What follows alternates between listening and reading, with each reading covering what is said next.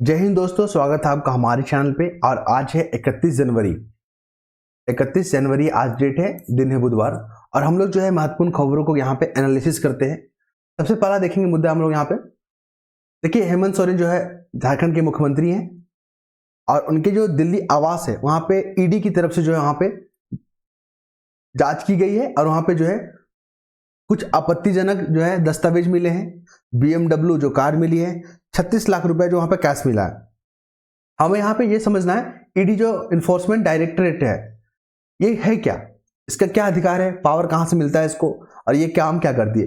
देखिए यहाँ पे बेसिक छोटा सा आप यहाँ पे इंफॉर्मेशन को कलेक्ट कर लें कि ईडी जो है ना वित्त मंत्रालय के जो राजस्व विभाग है उसके अधीन काम करती है। ये तो वित्त मंत्रालय के तहत ये काम करती है और सारी शक्ति जो है उसको फेमा से भी मिलता है, इसको फेरा से भी मिलता है जो एक्ट है, ठीक है। 1973 और 1999 फेमस से भी इसको जो है अधिकार मिले हुए हैं। तो ये एक जांच एजेंसी है जो कि वित्तीय लेन देन हो गया और फॉरेन में संपत्ति हो गया, ये तमाम जो है कार्यों में ये जो है अपनी जांच करती है। तो फिर सीबीआई का काम क्या होता है? सीबीआई जो है ना आपराधिक मामले भी देखता है यहाँ पे, ठीक है। जो गंभीर मामले होते हैं, आपराधिक मामले, वो भी देखता है। लेकिन ये धन से जो रिलेटेड है, मनी लॉन्ड्रिंग से जो जितने भी मुद्दे हैं, ये आपका ईडी देखता है। क्लियर है? इस फैक्ट आप ये डिफरेंस को समझ के रखिएगा। फिर हम लोग आगे जब मूव करेंगे तो हमें जो महत्वपूर्ण खबरों में क्या मिलेगा। देखिए, उत्तराखंड न्यूज में आ रहा है, ठीक है। उत्तराखंड न्यूज में आ रहा है तो उत्तराखंड में जो है ना, क्योंकि यहाँ पे यूसीसी यूनिफॉर्म सिविल कोड को लागू करने की जो है ना यहाँ पे प्रोसेस चल रहा है, जल्द ही इसको लागू कर दिया जाएगा। आपको बता दें कि पूरे भारत में गोवा है जहां पे कॉमन यूनिफॉर्म सिविल कोड जो है लागू है। क्लियर है? और यहाँ पे एक अभी जो है वहां की जो चीफ सेक्रेटरी है वो राधा रातुरी बनेगी और ये पहली महिला है जो कि चीफ सेक्रेटरी, स्टेट की जो चीफ सेक्रेटरी है उसके पद पे तैनात होगी। इसके बाद एक उत्तराखंड के बारे में एक न्यूज ये भी है कि यहाँ पे जो स्नो लिपर्ड है, स्नो लिपर्ड, ठीक है ना, तो उनकी संख्या जो है ना लद्दाख में सबसे अधिक है और दूसरे नंबर पे यूके आता है, उत्तराखंड। इस फैक्ट को भी याद रखिएगा, आगे हम लोग और डिस्कस करेंगे अभी। इसके बाद आगे जब मूव करेंगे हमें जो देखने को मिल रहा है, देखिए नशीला पदार्थ पूछेगा, एफ्टा माइन, ये स्टेट पीसीएस जो एग्जाम होता है और यूपीएससी में ऐसे पूछेगा कि एफ्टा माइन जो है शब्द न्यूज में रहा था, ये क्या चीज है। 4 ऑप्शन दे देगा यहाँ पे, आपको टिक करना है। तो एफ्टा माइन जो होता है नशीला पदार्थ है। यहाँ पर देखा गया कि जो नशीला पदार्थ है, ये जो जिस प्रकार के नशीला पदार्थ ये लोग बना रहे थे वैसा जो है प्रोडक्ट पहले इंपोर्ट करते थे हम लोग अन्य देशों से, लेकिन अब जो है केमिकल की सहायता से जो है यहाँ पे भारत में इसका प्रोडक्शन हो रहा था। तो वहां की जो जांच एजेंसी यहाँ पे जांच की गई और एफ्टा माइन जो यहाँ पर देखा, और यहाँ पे जो 4 विदेशी नागरिक भी जो थे ना इन्वॉल्व थे, वो अफ्रीकी मुल्क के जो 4 विदेशी नागरिक थे। क्लियर है? यहाँ पे एफ्टा माइन याद रखिएगा, इंपॉर्टेंट बन गई है एफ्टा माइन। उसके बाद जब हम लोग आगे बढ़ेंगे तो हमें जो देखने को मिला है, देखिए ये वाला, इस आर्टिकल में बस यही समझेंगे कि अभी जो है इस वर्ष जो है आम चुनाव होने हैं, इलेक्शन होना है इस बार। तो इस बार जो है कंप्लीट बजट जो है अनाउंसमेंट नहीं होगा। क्लियर है? और ना ही इकोनॉमिक सर्वे होगा। तो इस बार क्या होगा, फिर बजट की जगह क्या होगा, यहाँ पे अंतरिम बजट होगा या विनियोग जिसको बोलते हैं, ठीक है। इंटरिम बजट होता है क्योंकि जून तक आपका जो है सरकार चुन के आएगी, फिर वो सरकार फिर से काम करेगी। क्लियर है? तो अप्रैल मई जून तीनों को चलाने के लिए, 3 महीने तक चलाने के लिए हमें पैसा चाहिए ना, तो संचित निधि से पैसा निकालने के लिए जो है यहाँ पे अंतरिम बजट पेश किया जाएगा। उसके बाद जो है ना पूर्ण बजट पेश किया जाएगा, उसी समय इकोनॉमिक सर्वे भी पेश किया जाएगा। कुल मिलाकर यहाँ पे जो बात की गई है, अभी जो हमारा जो भारत है वो तीसरी सबसे बड़ी, माफ कीजिएगा 5वीं सबसे बड़ी अर्थव्यवस्था है वर्तमान में, और 5वीं सबसे बड़ी अर्थव्यवस्था है। इसका जो जीडीपी है 3.7 जो है ना लाख करोड़ जो है डॉलर है जीडीपी इसका। क्लियर है? और इसको 3 साल में जो है 5 लाख करोड़ डॉलर तक हो जाना है और 2047 तक हमको विकसित भारत बनना है, ये लक्ष्य है। ठीक है? एक और देखिए, व्यापार घाटा क्या होता है और राजकोषीय घाटा क्या होता है। व्यापार घाटा को समझ लीजिए, अगर हम इंपोर्ट ज्यादा कर रहे हैं, ठीक है, अगर इंपोर्ट बहुत ज्यादा कर रहे हैं और एक्सपोर्ट बहुत कम कर रहे हैं, मतलब एक्सपोर्ट इंपोर्ट क्या हुआ, इंपोर्ट ज्यादा कर रहे हैं, एक्सपोर्ट क्या है कम कर रहे हैं, तो इसी को बोलते हैं व्यापार घाटा। मान लीजिए हम 500 रुपया का जो है ना विदेशों से सामान मंगाए और मात्र हम 100 रुपया का ही जो है विदेशों को सामान बेचे, तो यहाँ का कितना का डिफरेंस हो गया, 400 का हुआ ना, यही हमारा व्यापार घाटा हो गया। क्लियर है, चाहे गुड हो चाहे सर्विसेज हो। राजकोषीय घाटा क्या हो गया, मान लीजिए कि बजट होता है, भारत सरकार का बजट है, इसमें क्या होता है कि एक साल का सरकार को कहां पे खर्च करना है और कहां से इनकम होगा सरकार को, इसके बारे में ब्यौरा होता है। ठीक है, चलिए राजकोषीय घाटा को देख लीजिए। समझिए सरकार का बजट है 500 रुपया का, मतलब 500 रुपया पता चल रहा है कि यहां से इसको प्राप्त होगा, लेकिन खर्च हो जा रहा है 700 रुपया, 700 रुपया खर्च हो रहा है, तो ये 200 रुपया कहां से लाएगा सरकार? सरकार या तो घरेलू मार्केट से उधार लेगी, बैंक से उधार लेगी, ठीक है, या बाहर विदेशों से या क्या करेगी, लोन लेगी। तो ये 200 रुपये जो लोन लेके जो हम लोग यहाँ क्या कर रहे हैं, अपने खर्चों को पूरा करेंगे ना, उसी को राजकोषीय घाटा बताता है, उसी को राजकोषीय घाटा कहते हैं कि सरकार को कितना उधार लेना है अपने खर्चों को पूरा करने के लिए। क्लियर है। और यहाँ पर आप देख सकते हैं कि आर्थिक समस्या, वर्तमान में जो आर्थिक समस्या है भारत के सामने, वो महंगाई है, बेरोजगारी है, आर्थिक असमानता है, गरीबी है, ये तमाम जो है समस्याएं देखने को मिलेगा। फिर देखिए कोटा, जो राजस्थान में कोटा है ना, वहां पे बच्चे लोग सुसाइड कर ले रहे हैं, खुदकुशी कर ले रहे हैं एग्जाम के प्रेशर को लेकर, क्योंकि वो सस्टेन नहीं कर पा रहे हैं। क्लियर है। तो यहाँ पे सवाल ये उठता है कि आखिर जो है यहाँ पे इतनी मानसिक और शारीरिक उथल पुथल से गुजरता है बच्चा का माइंड, तो इसको जो है ऐसा क्यों हो रहा है? ठीक है, क्योंकि यहाँ पे प्रेशर डाल दिया जाता है कि अगर आपको बेहतर लाइफ जीना है तो आपको डॉक्टर बनना होगा, इंजीनियर बनना होगा या उच्च प्रशासनिक अधिकारी बनना होगा। इस तरह का जो प्रेशर जो है ना, बच्चे जो है हैंडल नहीं कर पाते हैं। क्लियर है। और वो लोग जो है बिना सोचे समझे जो है गलत कदम उठा लेते हैं। तो यहाँ पे समझना होगा परिवार को, यहाँ पे समझना होगा समाज को, शिक्षा जगत को, सरकार को, कि किस तरह जो है हम ऐसा माहौल बना के रखें जो बच्चे जो है पूर्ण रूप से जो विकसित हो सके। ठीक है, अपने माइंड को विकसित कर सके, मैच्योरिटी आ सके उनको। क्लियर है। क्योंकि जिस उम्र में ये लोग सुसाइड कर रहे हैं ना, उतना माइंड मैच्योर नहीं होता है, सही और गलत क्या फैसला होता है। ठीक है, तो दबाव बनाना कम करें। इसके बाद हम लोग बात करेंगे ग्लोबल वार्मिंग पे। देखिए ग्लोबल वार्मिंग का इम्पैक्ट पता है क्या होता है? देखिए यहाँ पर कार्बन डाइऑक्साइड और मीथेन गैस CH4, ये क्या करता है, सनलाइट जो है ना, सूरज की रोशनी को तो आने देता है, लेकिन वापस जो है ना, जब पृथ्वी पर टकरा के आता है वापस जाने नहीं देता है। तो इससे क्या होता है, जो टकरा के जो यहाँ से सनलाइट है ये धरती पे ही रह जाता है। इससे क्या होता है, टेम्परेचर बढ़ रहा है, ग्लोबल वार्मिंग इसी को बोलते हैं। तो कार्बन डाइऑक्साइड और मीथेन जो है गैस इस पर रिस्पॉन्सिबल है। और यहाँ पे क्या हो रहा है, इसका प्रभाव क्या हो रहा है? देखिए इसका इम्पैक्ट क्या हो रहा है कि जहां पे ठंड पड़ता था, ठंड के समय बारिश होती थी ना, तो वहां पे ठंड बहुत अधिक पड़ रहा है और बारिश भी नहीं हो रहा है। ये इम्पैक्ट देखिए। क्लियर है। दूसरा क्या है, जहां पे गर्मी पड़ती थी वहां पे एक्सट्रीम गर्मी पड़ रही है, वहां पे बारिशें नहीं हो रही है, इतना गर्मी पड़ रही है कि बारिशें नहीं हो रही वहां पे। ठीक है, तो जल स्तर जो नीचे चला जा रहा है। और देखिए इस वक्त क्या है, मौसम में जब बर्फबारी गिरता है, ठंड के साथ बर्फबारी गिरता है, तो लोग पर्यटन आते हैं, वो आपके उत्तराखंड में हो गया या अन्य जो पहाड़ी इलाकों में आते थे, टूरिस्ट आते थे। देखिए अब टूरिस्ट भी नहीं आ रहे क्योंकि वहां पर ठंडा है, बर्फ गिर ही नहीं रहा है, तो टूरिस्ट किसको देखने आएंगे? बात समझ रहे हैं ना। तो ये इसके बारे में पूरा जो सिनारियो बताया गया है कि ग्लोबल वार्मिंग पे जो है पृथ्वी जो लगातार गर्म हो रही है, फिर भी ठंड इतना क्यों है? अगर पृथ्वी गर्म हो रही है तो ठंड क्यों है? तो इसी पीछे का जो कारण बताया गया है आप इस आर्टिकल में पढ़ सकते हैं। और जो रिहायशी परिक्षेत्र में, जो रिहायशी इलाके में रहते हैं और उनको लगता है कि हम ग्लोबल वार्मिंग से हमको कुछ इफेक्ट नहीं होगा, तो उनके लिए भ्रम है ये। ठीक है, यहाँ पे एक सर्कल बताया गया है कि जैसे ही गर्मी गर्म होगी, लोग क्या करेंगे, माइग्रेट करेंगे, एक जगह से दूसरी जगह माइग्रेट करेंगे तो वहाँ पे फूड का क्राइसिस होगा, वहाँ पे खाद्य सुरक्षा को लेकर चुनौती उत्पन्न होगा, फिर पूरी दुनिया जो है ना अस्थिर हो जाएगी। ये 4 शब्दों में पूरा जो है सिनारियो बता दिया गया है कि किस तरह ग्लोबल इंपैक्ट पड़ेगा यहाँ पे क्लाइमेट चेंजेस का। क्लियर है। नेक्स्ट मूव करेंगे हम लोग आर्टिकल पे। समान नागरिक संहिता, common civil code, uniform civil code होता है, यूनिफॉर्म सिविल कोड। आर्टिकल 44 हमारे संविधान के DPSP पे जो है इसका जिक्र किया गया है, वर्णन किया गया है। गोवा में जो है DPSP आपका लागू है, याद रखिएगा गोवा में। उसके बाद उत्तराखंड भी कोशिश कर रहा है कि जल्दी से हम इसको जो है अपने राज्य में इसको लागू करें। इसके लिए विभिन्न संगोष्ठियां, सेमिनार, ठीक है, और बुद्धिजीवी और समाज के जो अनेक स्टेक होल्डर हैं उनसे बात विमर्श किया जा रहा है। धर्म के जो प्रमुख हैं, जो विशेषज्ञ हैं, उनसे बात की जा रही है कि भारत के जो राज्य हैं उत्तराखंड, वहां पे कॉमन सिविल कोड जो यहाँ पे लागू किया जाए। देखिए यूनिफॉर्म सिविल कोड मैंने कल भी इस पर डिस्कस किया था, आज भी कर दे रहा हूं कि भारत में क्या है कि जो क्रिमिनल केसेस है ना, उसमें एक ही कानून लागू होगा, चाहे वो किसी भी धर्म का हो, ठीक है, चाहे वो किसी भी धर्म का हो, अगर वो सेम अपराध करता है सेम कानून लगेगा, सेम सजा होगा, सेम प्रोसेस से उसको गुजरना होगा।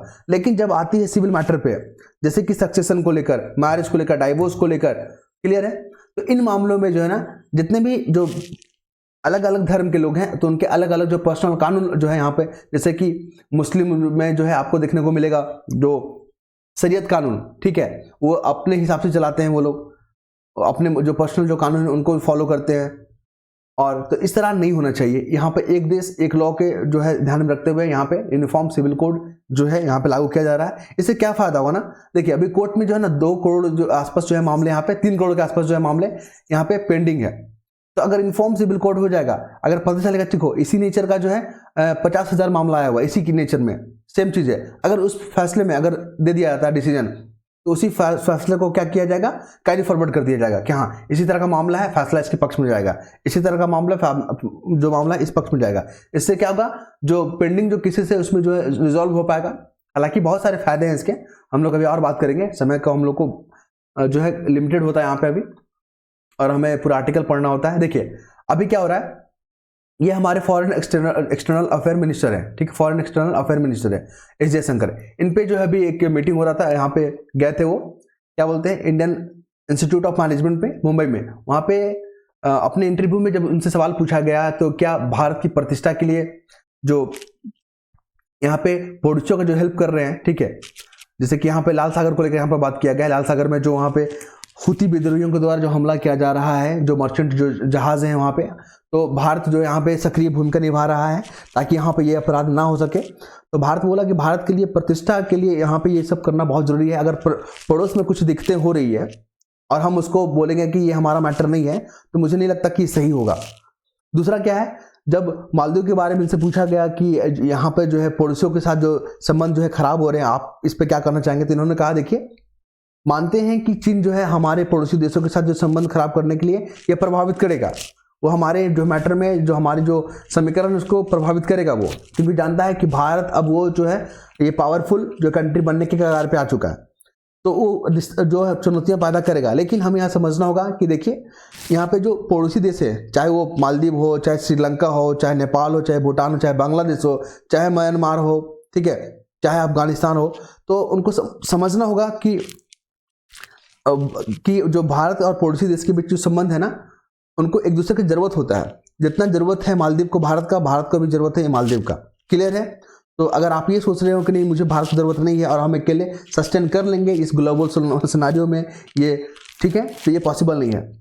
फिर इनसे बात किया गया कि देखिए जब भूकंप हुआ था तुर्की में और महामारी का जब दौर था, तो हमने ना केवल कोविड वैक्सीन दिया था, बल्कि हम लोग डॉक्टरों का एक टीम भी जो है जहाँ पे जरूरत था वहाँ पे हमने भेजा, ताकि हमारा जो सौहार्द, हमारी जो भारत का जो प्रतिष्ठा वो बना रहे। भारत जो है वसुधैव कुटुंबकम का जो प्रिंसिपल है उसको फॉलो करता है, पूरा विश्व जो है एक परिवार की नजर से देखता है भारत इसको, ठीक है। चलिए इसके बाद अगला मूव करेंगे हम लोग ईवीएम जो है ना, इलेक्ट्रॉनिक वोटिंग मशीन, ये काफी न्यूज में रहता है। तो इसको बनाने वाला कंपनी याद रखे वेल है, ये भारत सरकार की कंपनी है, ठीक है, भारत इलेक्ट्रॉनिक लिमिटेड। इसके अलावा एक और कंपनी है electronic corporation of India limited. तो 2 कंपनियां हैं जो ईवीएम बनाती है, ये इंपॉर्टेंट बन सकता है, ध्यान में रखिएगा, किसी ना किसी तरह से घुमा के आपको पूछने का कोशिश करेगा ये। उसके बाद जब हम लोग आते हैं तो यहां पर देखेंगे अगला मुद्दे पे, देखिए मालदीव में जो पर्यटक हैं, भारत की तरफ से जो पर्यटक जा रहे हैं ना, उनकी संख्या में गिरावट आ रही है। पहले वो 3rd नंबर पे आता था, ठीक है, पहले क्या आता था 3rd नंबर पे, अब जो है वो 5th नंबर पे आ गया है भारत। मतलब भारत से अभी भी जो लोग हैं मालदीव जा रहे हैं, क्लियर है। तो यहाँ पे पर्यटकों की संख्या काफी जो है कम हो गई है। फिर हम लोग बात करेंगे यहाँ पे अगला मुद्दा जो है यहाँ पे देखने को मिल रहा है, यहाँ मैंने हाईलाइट करके रखा हुआ है, ये देखिए, ये सब न्यूज़ को तो इग्नोर नहीं करना है हमें जो हमारे लिए जो महत्वपूर्ण है वो एग्जाम के दृष्टिकोण से पॉलिटिकल न्यूज़ से और अननेसेसरी न्यूज़ को जो अवॉइड करना जो है ना, एक कला है। ये कला जो है ना आपको भी आ जाएगा, ये कला, ये किसको छोड़ना है, किसको लेके चलना है। यहाँ पर भारत और सिंगापुर, ये बीपीएससी एग्जाम इस पर पूछ रहा है, ठीक है, क्योंकि बीपीएससी जो है ना, जो देशों के साथ जो हमारा जो कॉन्ट्रैक्ट चलता है, जो हमारे जो संबंध चलते हैं, क्या हाल में क्या क्या समझौते किए गए, उनसे क्वेश्चन जरूर पूछता है। पिछले बार ऑस्ट्रेलिया और न्यूजीलैंड के साथ 2 क्वेश्चन पूछा था। तो भारत सिंगापुर के बीच में जो क्या क्या जो है मुद्दे हैं, क्या क्या लेकर जो यहाँ पे बातचीत चल रहा है। देखिए, खाद्य सुरक्षा को लेकर फूड सिक्योरिटी बहुत बड़ा जो कंसर्न बनने जा रहा है, क्योंकि भारत जो पॉपुलेशन नंबर 1 हो गया है, पॉपुलेशन, तो जितना पॉपुलेशन अगर नंबर 1 है तो उसको खाद्य भी तो चाहिए ना। इसलिए खाद्य सुरक्षा को लेकर जो है सिंगापुर के साथ जो यहाँ पे समझौता या बातचीत चल रहा है। ग्रीन डेवलपमेंट को लेकर, उभरती तकनीक को लेकर, तो ये 3 क्षेत्रों में जो भारत और जो है सिंगापुर जो है मिलकर काम कर रहा है। उसके अलावा एक फैक्ट यहाँ पे याद रखिए, एक और फैक्ट, हम लोग को जो FDI मिलता है ना, फॉरेन डायरेक्ट इन्वेस्टमेंट, सबसे अधिक कहाँ से आता है? सिंगापुर से। इंपॉर्टेंट है ये, ठीक है, BBI बन जाएगा ये वाला। दूसरा और देखिए, आसियान जो समूह है ना, जिसमें 10 कंट्री हैं, तो उसमें सबसे बड़ा जो हमारा व्यापारिक जो भागीदार है, ठीक है, सबसे बड़ा जो व्यापारिक भागीदार है वो सिंगापुर ही है। कुल मिलाकर आसियान का मेंबर कौन है? सिंगापुर। और आसियान में जो कंट्री इन्वॉल्व है, 10 कंट्री हैं, उनमें से सबसे ज्यादा जो व्यापार होता है किस कंट्री के साथ? सिंगापुर के साथ। तो ये इंपॉर्टेंट बनेगा, ठीक है, आप इसको ध्यान में रखिएगा, इंपॉर्टेंट क्वेश्चन है ये। फिर हम लोग बात करेंगे भूटान को लेकर। देखिए, भूटान में जो है हमारा जो संबंध है भारत के साथ, वो काफी जो है मधुर है और सांस्कृतिक है, ठीक है, प्राचीन संबंध है इनके साथ। तो उनको और मजबूती के साथ जो है यहाँ पे संबंध को और भी जो है दृष्टिकोण देने का कोशिश किया जा रहा है, ताकि हम लोग हर क्षेत्रों में एक बेहतर समन्वय के साथ काम कर सकें। क्लियर है? क्योंकि अभी जो चाइना जो है ना, हमारे पड़ोसी देशों के साथ जो संबंध है ना, उसके सामने चुनौती पेश कर रहा है। तो हमें बैलेंस भी करना होगा, इसको चेक एंड बैलेंस करना होगा। तो भारत जो है पुरजोर जो है डिप्लोमेट की तरह से, संवाद के तरीके से, कूटनीतिक तरीके से इस पर काम कर रहा है। फिर यहाँ मालदीव का केसेस देखिए। मालदीव की जो विपक्षी पार्टी है ना, उन्होंने राष्ट्रपति को बोला है, राष्ट्रपति मुइजू जो है वहाँ के मालदीव के, कि आप जो है भारत और जो वहाँ के प्रधानमंत्री ने उनसे माफी मांगे। क्लियर है? तो ये मामला पूरा देखा गया है। इसके बाद हम लोग देखेंगे भ्रष्टाचार का मामला। ये इंपॉर्टेंट क्वेश्चन है, BBI है। भ्रष्टाचार के मामले में भारत की जो रैंकिंग है 93 नंबर पे है। 180 देशों में कितना है? 93। पिछला बार कितना था? 85 था 2022 में, और 2023 में कितना हो गया? तो ये आपका हो गया कितना? 93 है। और कौन सा संस्था निकालता है इसको? तो ट्रांसपेरेंसी इंटरनेशनल, ट्रांसपेरेंसी इंटरनेशनल जो संस्था के द्वारा भ्रष्टाचार को लेकर जो यहाँ पे रिपोर्ट निकाला जाता है। फिर देखिए यहाँ पे वियतनाम और फिलीपींस के बीच में, वियतनाम और फिलीपींस जो 2 कंट्री हैं साउथ चाइना सी में, उन्होंने समझौता किया समुद्री को लेकर, ठीक है। तो चाइना इससे परेशान हो रहा है कि चाइना जो है दावा करता है कि मेरा एरिया है और आप लोग दोनों समझौता कर रहे हैं और हमको बिना बताए हुए। तो इस तरह का मामला यहाँ पे देखने को मिल सकता है, ठीक है। इसके बाद देखिए हिमालयी क्षेत्र में जो स्नो लेपर्ड है ना, ये देखिए वो स्नो लेपर्ड सबसे अधिक संख्या कहाँ पे है? लद्दाख में। उसके बाद उत्तराखंड आता है। तो ये पहली बार सर्वे किया गया है और उनका जो एरिया देखा गया है कि किस एरिया में वो सबसे अधिक जो समय बताते हैं, इनका रेंज पता किया गया है। तो ये BBI बन जाएगा। इसके बाद हम लोग बात करेंगे, इसके बाद जो बात कल हम लोग बात करते हैं यूएनओ के बारे में, यूनाइटेड नेशन ऑर्गेनाइजेशन। यहाँ पे दोहरा नीति जो है ना कुछ देशों के द्वारा किया जाता है, जैसे कि अमेरिका का एग्जाम्पल लेंगे। अमेरिका ये दोहरा नीति कैसे अपनाता है? एक तो वो कर रहा है इजराइल का सपोर्ट कर रहा है, जब वो इजराइल जो है युद्ध में हमास के साथ युद्ध में इन्वॉल्व है, ठीक है, तो उसको इन्वॉल्वमेंट कर रहा है, ठीक है। वहां पर कुछ बोल नहीं रहा है इजराइल को कि आप उसको हमला मत कीजिए। दूसरा क्या है? दोहरा रवैया। देखिए इसका दूसरा रवैया क्या है इसका आपका उस मैटर पे, और यहां पर देखने को मिलेगा। मैं अभी आपको बताता हूं, यहां पर कहीं देखा था मैंने इस आर्टिकल को। हालांकि दूसरा है कि भारत की जो आर्थिक समृद्धि जो दर है ना 6.5 है, रहने का अनुमान लगाया गया। इंपॉर्टेंट क्वेश्चन देखिए, IMF का एक रिपोर्ट निकालती है विश्व आर्थिक परिदृश्य। ये क्वेश्चन इंपॉर्टेंट है, यहाँ पे BBI लिख देते हैं।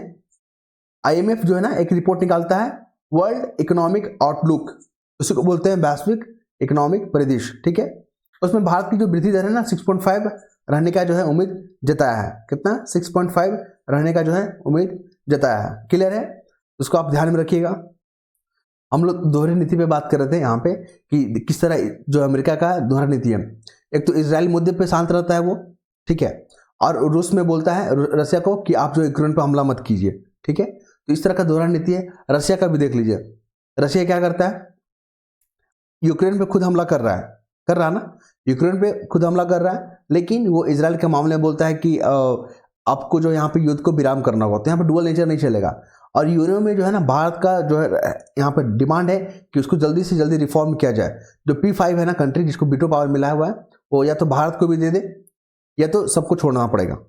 2 ही रास्ता है यहाँ पे, तब जाके यूएनओ जो है वर्तमान जो है परिदृश्य में क्या होगा? प्रासंगिक होगा। क्लियर है?